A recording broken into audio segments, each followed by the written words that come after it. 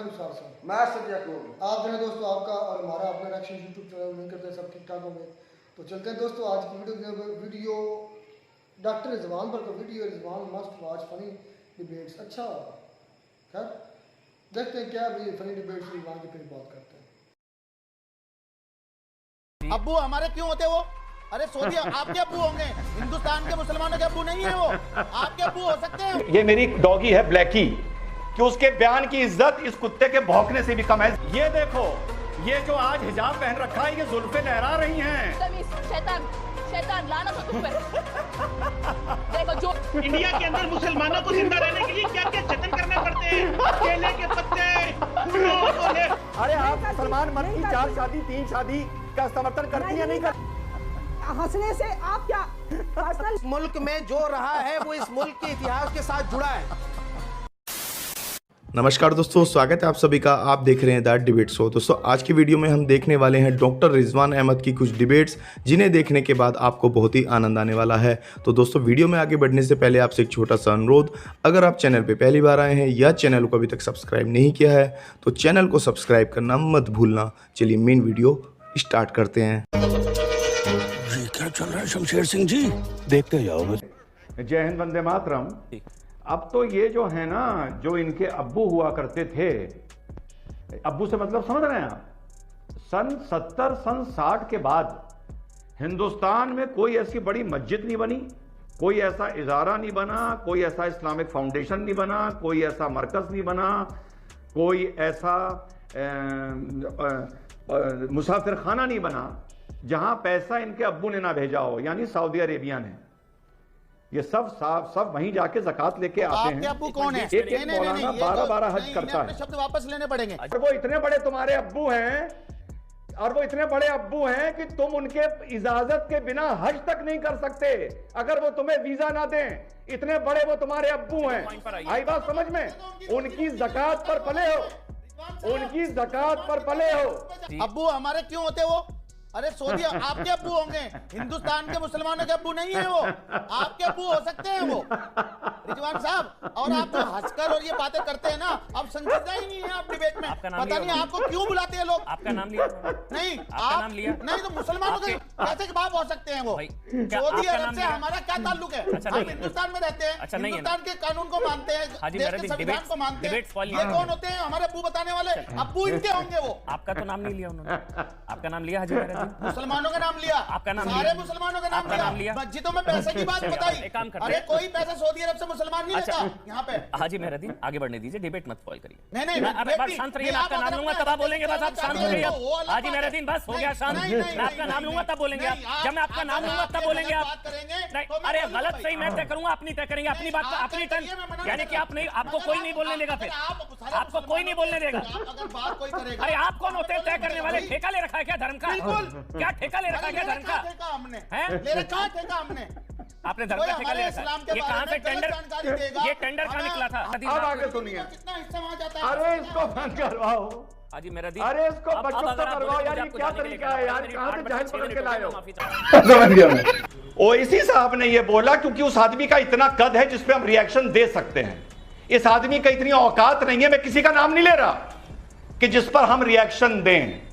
ओवैसी साहब ने बोला प्राइवेट स्कूलों का सर्वे करो। ओवैसी साहब ने बोला आरएसएस के स्कूलों का सर्वे करो। वाह वाह वाह वाह। तो रुको जरा, सबर करो। अब क्यों हंस रहे हो भाई? आपका नाम थोड़ी लिया भाई। रिजवान भाई आप अपनी बात बोलने दो। रिजवान भाई आप अपनी बात करें। आपकी बात का गलत मतलब क्यों निकालना है? इसलिए कि मैं कुत्ते को भौंकता हुआ देख रहा हूँ।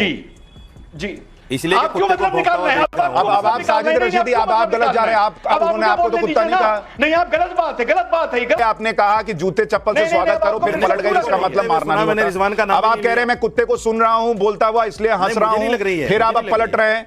तीसरी बार में सर, फिर इस पैनल में जो मर्यादा लांघेगा और आपको जो बोलेगा, फिर उसकी जिम्मेदारी मेरी नहीं होगी। मैं पहले बता दे रहा हूं। सर रिजवान जी अपनी बात पूरी कीजिए। आपके पास, अगर मेरे पास भी उस बात का जवाब नहीं है कि जूते चप्पल से स्वागत करने का मतलब कौन सी डिक्शनरी में ये लिखा है कि हम जूते मारने की बात कर रहे हैं। कुछ लोगों के बयान ऐसे होते हैं जिस पर रिएक्शन देने से बेहतर, अब यहां भी मैं किसी का नाम नहीं ले रहा, जिन पर रिएक्शन देने से बेहतर, ये मेरी डॉगी है ब्लैकी, इसके भौंकने पर मैं रिएक्शन भले दे दूं, उनके बयान पर नहीं दूंगा। ब्लैकी नाम है इसका। रिजवान भाई ये गलत बात, किसी का नाम नहीं ले रहा। नहीं रिजवान भाई ये गलत बात, मतलब निकाल रहा है। नहीं मैंने उनको गेस्ट बुलाया, अब आप उनकी बेइज्जती कर रहे हैं। नहीं आप कैसे कह रहे हैं बेइज्जती कर रहे हैं? आप कैसे कह रहे हैं? आपने मतलब कैसे निकाल लिया? आपने मतलब कैसे निकाल लिया कि हम बेइज्जती कर रहे हैं? जब रशीदी भाई मतलब नहीं निकाल सकते कि जूते चप्पल से स्वागत का मतलब जूते मारना है, तो सुशांत सिन्हा कैसे मतलब निकाल सकते हैं कि इस डिबेट में अपने काले कुत्ते के भौंकने की तुलना उसके बयान से करना, जिसका मैं नाम नहीं ले रहा हूं, आप कैसे मान सकते हैं कि यह अनैतिक है? कैसे कह सकते हैं आप? बिल्कुल नहीं कह सकते। पहली बात तो जिसका भी यह बयान है उसको मैंने दिखा दिया कि उसके बयान की इज्जत इस कुत्ते के भौंकने से भी कम है इस देश में। अब आए ना लाइन पे। मुझे एक बात अमन भाई समझ में नहीं आती, इतनी बेइज्जती और इतनी जिल्लत उठाने के बाद, इतना अकड़ना और बेबुनियादी बातें करने के बाद ये लोग हाई कोर्ट में मुंह की खाकर फिर से डिबेट में आ कैसे जाते हैं? या तो ये लोग बहुत बेहद बेशरम हैं, या इन लोगों को यही नहीं पता कि बेइज्जती होती क्या है। दूसरी बात, आपने बहन फलक की फोटो दिखाई बिना हिजाब के कराटे करते हुए। अरे शहजाद भाई, कभी कभी कराटे बिना हिजाब के करने पड़ते हैं, कोई बात नहीं। जरा ये देखिए फलक की पार्टी की फोटोआं, पार्टी की देखो शहजाद, पार्टी की देखो, ये देखो, ये देखो, ये जो आज हिजाब पहन रखा है ये जुल्फे लहरा रही हैं। ये देखो शहजाद, देखो भाई क्या बात करते हो? और आप क्या है? बात खत्म कर लूं? जी बिल्कुल बिल्कुल डॉक्टर, बात खत्म कर लूं? जोकर जी यस, जोकर जी। करिए बात। अमन भाई, अमन भाई जी बोलिए सर। ये बहरूपिये हैं, ये नौटकबाज हैं, ये नाटकबाज हैं जो पार्टी में जाते हैं बिना हिजाब के और टीवी में आके बैठ के हिजाब पहनते हैं और मुसलमानों को भड़काती हैं ये लड़कियां। ये नाटकबाज हैं। कितने बार क्लियर करना चाहिए? कितने बार क्लियर करूं? समझ नहीं आता। दिमाग में खाना खाते हो, भांस खाते हो क्या? बार बार कोई असल मुद्दे पे बात करो ना भाई। मैं बहुत बार जो बोल चुकी हूँ नेशनल मीडिया पे, मैं पहले हिजाब नहीं करती थी, अब करती हूँ। आप हंस लो, रावण दिख रहे हो, आप जोकर दिख रहे हो, जोकर जोकर। मैं पहले नहीं पहनती थी, अब पहनती हूँ।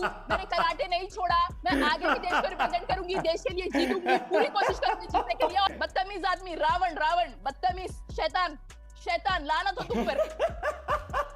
देखो जोकर हंसता है, जोकर की तरह पागल। देखिए एक मिनट, ये बढ़िया था गुरु। देखिए अमीश भाई, मुझे आज आपकी एक बात समझ नहीं आ रही है, बुरा ना मानिएगा। मुझे लगता है जैसे आपके सीने में दिल ही नहीं है, आप बेदिल इंसान हैं। अरे साहब, 70 साल से एक आदमी कश्मीर का ढोल बजा रहा था, उसकी खा रहा था, उसकी पी रहा था, उसकी पहन रहा था। हमारे बेदिल प्रधानमंत्री ने और बेदिल हमारे गृह मंत्री ने 70 सेकंड में उस पर पानी फेर दिया, भूखा मार दिया, कपड़े उतार दिए, नंगा कर दिया। अब क्या वो बोलेंगे नहीं पाकिस्तानी? आपके सीने में दिल ही नहीं है? चीमा, मैं तुम्हारे साथ खड़ा हूं, हिंदुस्तान का मुसलमान। इस दुख की घड़ी में तुम लोग नंगे हो गए हो, नंगे। और तुम्हारे लिए ये लेके आया हूं केले का पत्ता, और इसमें मैंने बना दिए छेद। अपने प्रधानमंत्री से कहो ये केले का पत्ता लपेटे और जाके यूनाइटेड नेशन के बाहर सीढ़ियों पर बैठे। ये हिंदुस्तान का मुसलमान का पैगाम है तुम्हारे लिए, और मैं तुम्हारे साथ खड़ा हूं आज। मैं तुम्हारे साथ हूं। क्या क्या जतन करनी पड़ती है इंडिया के अंदर जिंदा रहने के लिए? इंडिया के अंदर मुसलमानों को जिंदा रहने के लिए क्या क्या जतन करने पड़ते हैं? केले के पत्ते, फूलों को ले फूल पेश करने पड़ते हैं, बीजेपी को, आरएसएस के पांव को हाथ लगाने पड़ते हैं। भाई क्या क्या करना पड़ता है आपको? आरएसएस के पांव को हाथ, बीजेपी को माफिया, केले के पत्ते, केले लेने पड़ते हैं, देने पड़ते हैं। क्या क्या काम करने पड़ते हैं आपको? मुझे अफसोस हो रहा है। तुम लोग को नंगा कर दिया। मैं नरेंद्र मोदी की खिलाफत करता हूँ। अरे ऐसे कोई किसी को नंगा करता है क्या? अरे ऐसे कोई किसी को नंगा करता है क्या? इमरान खान को केले का पत्ता देंगे, जाके आरएसएस के हाथ जोड़ देंगे, बीजेपी के पांव पड़ जाएंगे, तो हिंदू आएगा उसके सामने राम राम करेंगे। क्या क्या जतन करने पड़ते हैं मेरे मुसलमानों को। मुझे आपका खौफ नजर आ रहा है। इस खामोश, इस हंसी के पीछे एक खौफ है। उस खौफ को देख रही है दुनिया। वो कश्मीर के अंदर भी देखा जाए। मैं समझ रहा हूँ आपका चीमा साहब, आपका खौफ मैं समझ रहा हूँ। आप यहाँ पे बैठ के इसको लपेटो। आगे ना, अरे अपने प्रधानमंत्री को दो, ये केला केला केला क्या करना पड़ता केले का पत्ता दो प्रधानमंत्री को।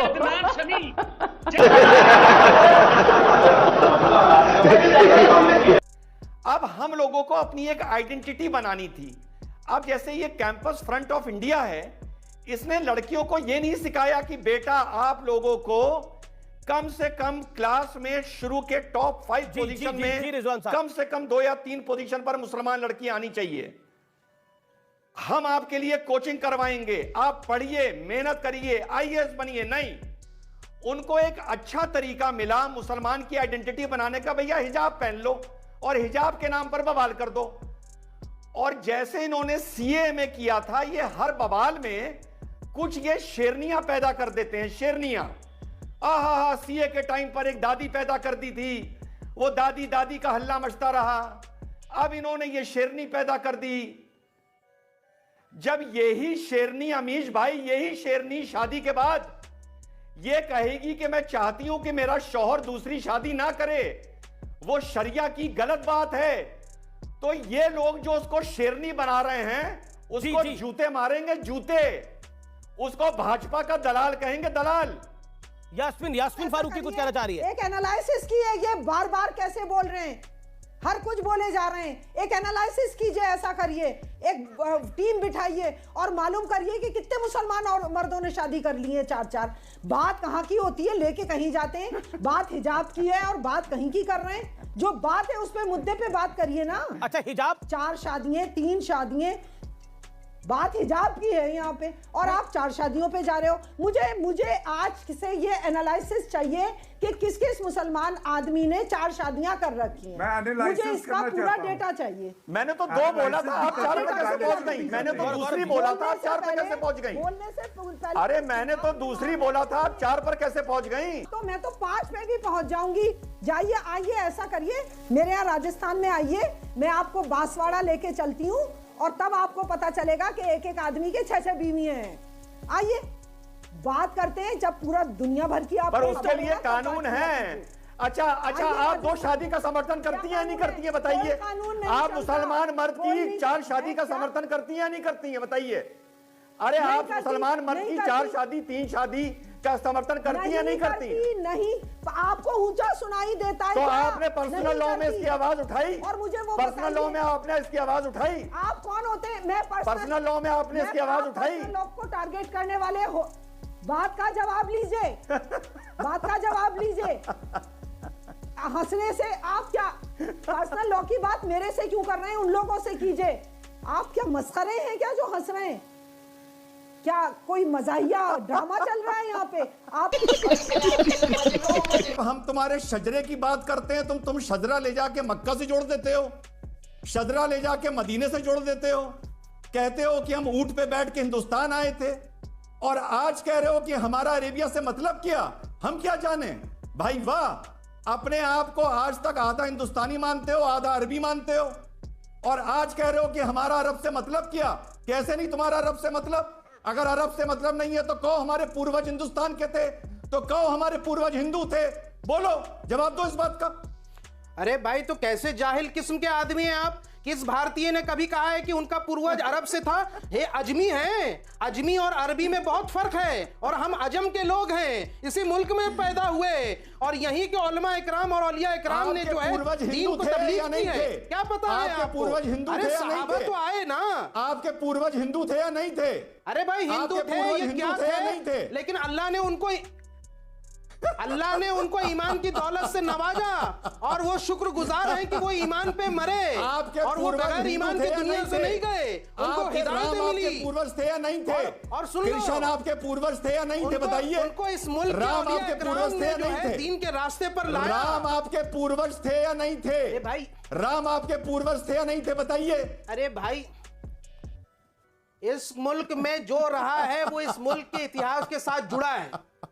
इस मुल्क के इतिहास के साथ जुड़ा है। राम आपके कोई भी पूर्वज थे भारत का नहीं थे, मुसलमान अपने बताइए। आप को अरबी नहीं राम कहता आपके है। पूर्वज थे आप नहीं थे, जैसे बताइए। बेवकूफ लोग जो सरकार आपके की दलाली पूर्वज थे करने के नहीं लिए थे, यहाँ बताइए। पहुंचते हैं, वो मुसलमानों पे राम आपके उल्टे पूर्वज थे सीधे नहीं थे, आरोप बताइए। लगाते हैं। तो पैदा होते तो मुसलमान ही नहीं हो। मैं देखिए अपना नाम रिजवान अहमद क्यों लिखते हो भाई साहब? अरे तुम जैसे लोगों का मुखौटा उतर गया है और पूरा देश जानता है कि तुम जैसे लोग मुसलमानों के मुनाफिक हो, उबय बिन खल्फ हो। अल्लाह के नबी सल्लल्लाहु अलैहि वसल्लम के जमाने में मुनाफिकीन थे।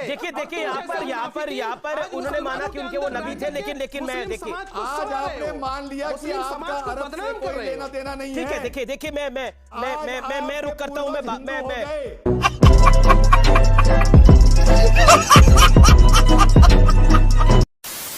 दोस्तों अगर आपने वीडियो अंत तक देखी है तो उम्मीद है आपको वीडियो पसंद आई होगी। डॉक्टर रिजवान अहमद की हंसी के बारे में आपकी क्या राय है कमेंट्स करके जरूर बताना। वीडियो को अंत तक देखने के लिए आपका बहुत बहुत धन्यवाद। मिलते हैं बहुत जल्द अगली वीडियो में। तब तो वीडियो ख़त्म हुई। सबसे पहले तो जो डॉक्टर रिजवान है जो को मुझे बंदा नहीं लगता, चलो बंदा थोड़ा सा मान मिले। आगे बंदों की कैटेगरीज हैं, कोई डॉक्टर होता है, कोई मतलब के वकील होता है, कोई आलम होता है, इंजीनियर होता है, लेकिन ये इस किस्म की किसी कैटेगरी में फॉल नहीं करता। ना ये डॉक्टर है, ना इंजीनियर है, ना ये आलम है। ये एक कैटेगरी है चल छैया वाली, ये वो है हिजड़ा है। क्योंकि हिजड़े इस तरह हंसते हैं, क्योंकि हिजड़े जो होते हैं ना जिनको जवाब नहीं आता वो इस तरह करते हैं, मतलब ना मर्द जो होते हैं, ये ना मर्द है सारा। इसकी एक बात कहीं की है, दूसरी बात कहीं की है। इसको पता नहीं मेरे सामने कोई बहन बैठी है, बेटी बैठी है या भाई है, कोई आलम है, उसको किसके साथ किस तरह डील करना है, इसके लिए सब बराबर है। ये मैं अक्सर कहता हूँ भाई से, अक्सर वो औरत बेचारी बोल भी रही है, हालांकि राजस्थान की उसने एग्जाम्पल दी होगी। राजस्थान के अंदर सारी बात है, राजस्थान के अंदर वो मुसलमानों को एग्जाम्पल दे नहीं रही। उसने कहा आओ मैं तुम्हें राजस्थान के अंदर दिखाती हूँ, लोगों की 6 शादियाँ हैं, 4 बीवियों पर 4 शादियों पर बात आई ना। और ऐसा कंजर ये बंदा है, ये रिजवान जो है, किसको यही नहीं पता कि जो फ़र्ज है वो कुछ और चीज़ें हैं, ये तो एक ऑप्शनल चीज़ है 4 शादियाँ। इसको इतना ही नहीं पता, ऐसा कोई ये गलीज बंदा जो इस चीज़ की ताकत रखता है। इसके लिए शरायत है, अगर आप एक बीवी से दूसरी बीवी लाना चाहते हैं तो आप पर फ़र्ज़ है। अब वो फ़र्ज़ क्या है, आप कब दूसरी शादी कर सकते हैं? पहली बात तो ये कि आप अगर इतनी ताकत रखते हैं, जिस्मानी भी और माली भी, दोनों ताकतें, जिस्मानी भी और माली भी, कि दोनों के हकूक़ बराबर अगर पूरे कर सकते हैं, उनको दोनों के अंदर इंसाफ कर सकते हैं, तो आप उसकी शादी कर लें, नो डाउट, नो इशू। और फिर प्रेफरेंस ये है कि आप बेवा से शादी करें, ना कि अपनी हवस पूरी करने के लिए। जो बच्चियाँ बूढ़ी हो रही घर बैठे बैठे, जिनके रिश्ते नहीं हो रहे, उनसे शादियाँ करें। जो बेवा हो गई हैं, जिनके मतलब के हस्बैंड फौत हो चुके हैं या जिन तलाक याफ्ता, उनसे करें, ये हुक्म है। और ये जो जिस तरह इंटरप्रेट कर रहा है रिजवान, इस तरह तो महसूस होता है कि जिस तरह ये जहल है, इसको पता ही कुछ नहीं है। पता हो भी तो ये मस्करा है मेरे भाई, खुद ही बात करता है, मस्करा है। नहीं यार, हमारे यहाँ मस्करी से भांड कहते हैं, भांड, मरासी, हाँ मरासी, ये सही है, ये मरासी है और भांड है। क्योंकि जब हमारे यहाँ बच्चा होता है ना कोई, तो वो हिजड़े और भांड मिलकर आते हैं दोनों, तो वो क्या करते हैं, खुद ही अपनी बात करते हैं, फिर ताली बजाते हैं, खुद ही उस पर हंसते हैं, और हम उनके इन तमाशा की वजह से उनको पैसे देते हैं, यार उन्होंने अच्छा तमाशा लगाया, हमारा दिल बहल गया, और हम इनको पैसे दे देते हैं। अक्सर होता है हमारे गांव में, कहीं और भी होता होगा, हमारे यहाँ तो ऐसा होता है। बच्चा पैदा होता है तो हिजड़े आते हैं, हिजड़े ताली बजाते हैं, ताली बजा के हंसते हैं, शुगर लगाते हैं, खुद ही बात करते हैं, खुद ही हंसते हैं, फिर ताली पे ताली मारते हैं, हाथ पे हाथ मारते हैं। ये वैसे हिजड़ा है, ये रिजवान जो है, खुद ही बात कर रहा है, खुद ही हंसता जा रहा है, खुद ही बात कर रहा है, कुछ यार एक मैच्योरिटी नहीं इसकी दिखती कहीं भी, ये मैच्योर है ही नहीं। ठीक हो गया, वाकई कहते हैं मैच्योरिटी उम्र के साथ नहीं आती, मैच्योरिटी इधर होती है दिमाग में। और जो जलील होते हैं, जो भांड होते हैं, जो मरासी होते हैं, वो बचपन से लेकर एंड तक मरास पुना करते जाते हैं। ये मरासी पुना कर रहा था, भांड पुना कर रहा था, भांड मारता था हंसता था, भांड मारता था हंसता था। इसको इंडियन सीरियस में। अच्छा एक और बात, इसने सवाल किया कि आपके पूर्वज हिंदू हैं या अरब से आए हैं? दोनों ही।